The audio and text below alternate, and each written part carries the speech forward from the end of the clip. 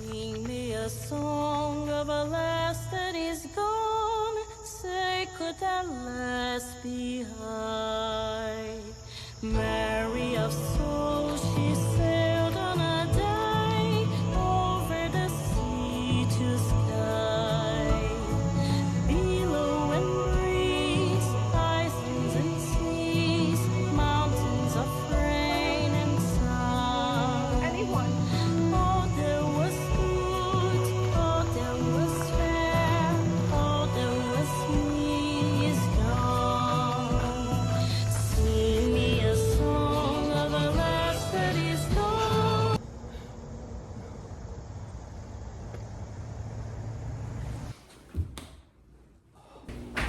Whew, that was quite a dream. Well, welcome to Leona's Creative Endeavors, the Outlander edition. Welcome to my weirdness. Welcome to my collection. I started watching Outlander when it first came out on recommendation from a very close friend who told me to read the books. I've been known to get a little obsessive about things. Here are some items from my collection. So I've read the first 5 books. I do have some of the other ones, but here's the Clanlands book, and I've watched the series, and I also have Sam Heughan's other book, Waypoints. And that was a very good book.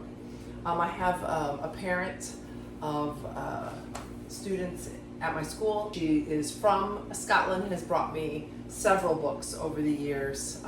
This one is called Outlander's Scotland. So someday when I do the tour, I will definitely go on the Outlander trip. Maybe in another video I can share with you when I went to Forks, Washington for the Twilight tour, but I digress. I also have this great book, Scottish Tea Time Recipes. That came from the parent who gave me the other book and some other goodies too. So if you'd like me to do a tea time event with just Scottish recipes, let me know. This was a find at Savers. I think I paid $3.99. It still had the original price tag, which has now been washed off. It is made in Scotland, and it has the beautiful thistle design. So I was so happy when I got that. This I'm pretty proud of. This was one of my paintings I did during COVID, and I won second place at the local fair. Anyway. This is obviously the standing stones, the Craig Nadoon from the story. And I just looked at a picture and painted that during COVID. That was one of my fun art projects, ode to Outlander.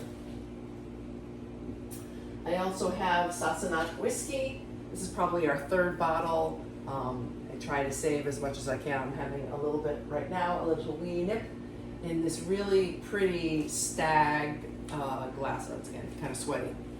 I don't know if you can see the stag. I bought these 4 at one of my favorites, dripping consignment shops in New Hampshire at near one of our favorite bed and breakfasts. So I saw these and they reminded me of Outlander, and they were like $8 for the 4 of them. So cheers, Slanjma. Okay.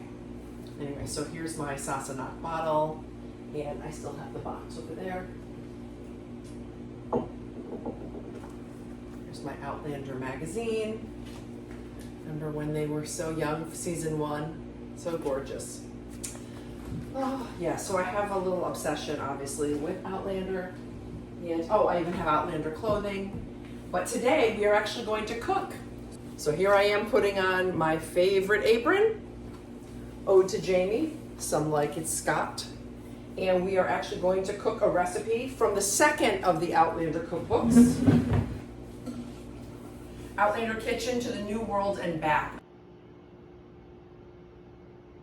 This is one of those recipes that I've made probably 10 times, and it's the asparagus and Gruyere quiche. What's really interesting is that the author, Teresa Carl Sanders, talks about casting a wide net. So while it's sort of when you make a costume for a show, it's an interpretation. It's not exactly right because we have, nods to things here and there. So this is a nod to a recipe you might have seen at the time, but it's a more modern recipe. So we're gonna make that now. Now, I'm not making everything from scratch. I'm not making the crust from scratch. Yes, so we're gonna start making that. I've preheated the oven and put the rack in the center to 375. I have defrosted the crust, and we're gonna roll that out and get that going. And because you have to bake that first, then we will go through the recipe and I'll take you step by step, and then we'll bring it out and see it. All right, so I have the crust. It has defrosted. You can just buy whatever one at the grocery store that you like. If you're gluten-free, then obviously you might want to make a gluten-free crust, or you can purchase one.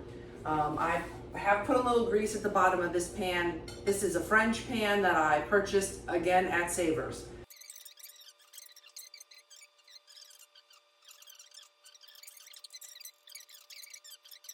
All right, here we go. It's going in the oven.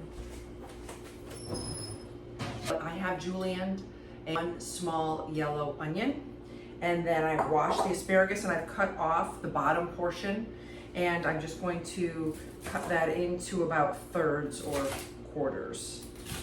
So I have the asparagus, and overboard. I have the asparagus all diced up, cut into quarters. Onions here are the onions that I've julienned. I'm gonna put some oil in the bottom of the pan, a couple times around, and we're gonna get that going on a medium-high heat. So again, I'm not taking credit for this recipe. This recipe is from To the New World and Back, the Outlander 2 cookbook. And here is the book, and here is the recipe.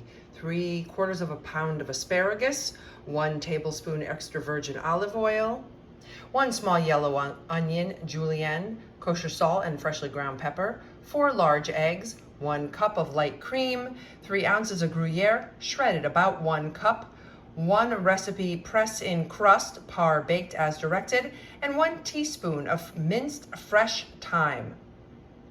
And you can make your own crust, or be lazy like me and just purchase it.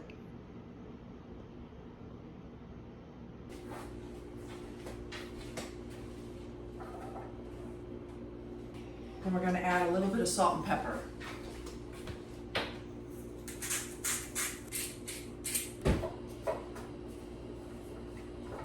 And that needs to cook about 5-6 minutes. So I have a nice piece of Gruyere. This is about 1/3 pound. And I'm going to grate it, and then we're going to use about a cup in the recipe. There we go. Cup. We need a cup of Gruyere cheese. And after that's done, get the eggs and the milk going, and then we'll start assembling. Like that, 1 cup, perfect. Okay, while the crust is finishing its par baking, shut off the stove with the asparagus and the onion. That's just resting. We're going to put together 4 eggs and 1 cup of milk.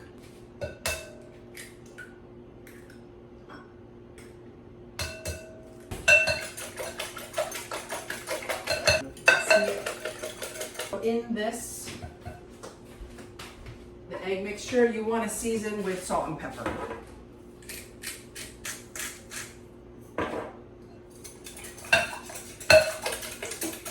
For measurements, it's like a 1/2 teaspoon of pepper and a teaspoon of salt. Yes, it came out perfect. There's a little bit of light browning on there. It's steamy, yummy. Looks pretty good. Okay, so now that you have the crust par baked, you're going to take half the Gruyere cheese and sprinkle it on the bottom. Okay, we finished that step. The next step is you take the asparagus and onion mixture, and you're going to put that on top of the Gruyere cheese.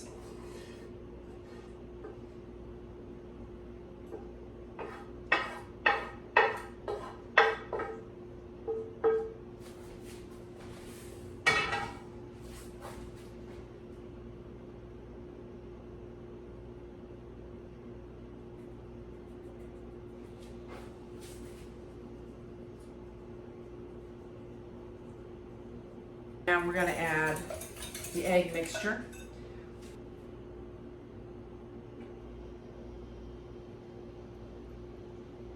Rest of the Gruyere cheese on the top.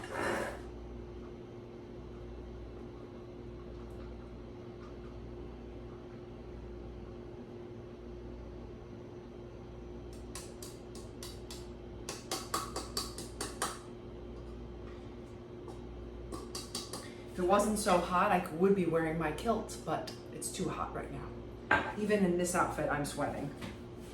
Okay, we're putting it back in the oven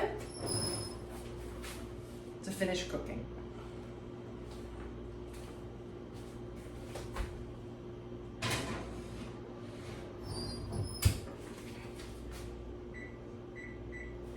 Back in the oven, and that's 25 minutes, 375. That's exactly what I set the oven to, and correct time as well.